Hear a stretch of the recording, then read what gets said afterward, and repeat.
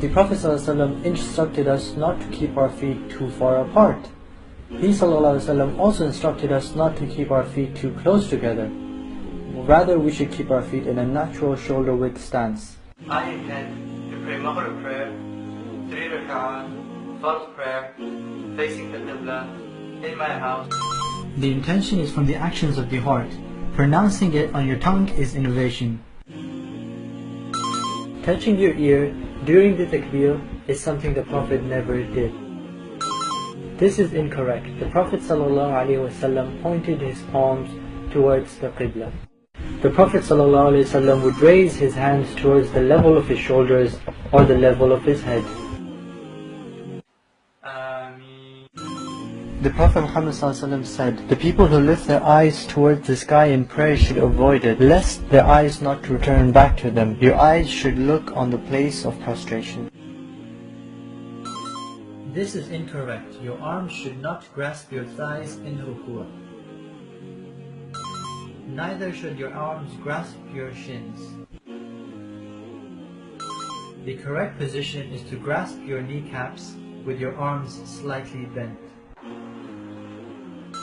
This is incorrect for two reasons. Not only is the back not parallel to the floor, but the eyes are looking at a place other than the place of prostration. The correct way is to keep your back parallel to the floor and your eyes fixed on the place of prostration. Sami Allahu liman hamida.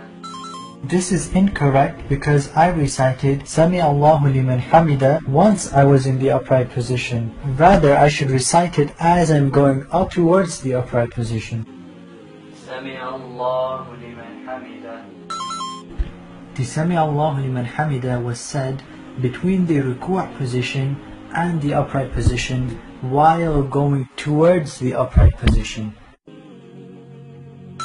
This is the correct position for your feet in sajda. Your toes should be pointing towards the Qibla and your feet should be brought close to each other. The following positions are incorrect feet positions in sujood.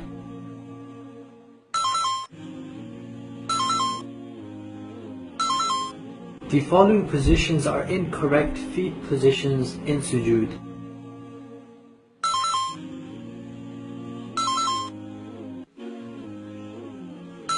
The Prophet ﷺ instructed us to prostrate on 7 bones, and the 2 palms are a part of these 7 bones. The Prophet ﷺ forbade us from touching our forearms to the floor. Neither the forearm nor the elbow should touch the floor. The Prophet ﷺ would keep his hands at the level of his shoulders or at the level of his head.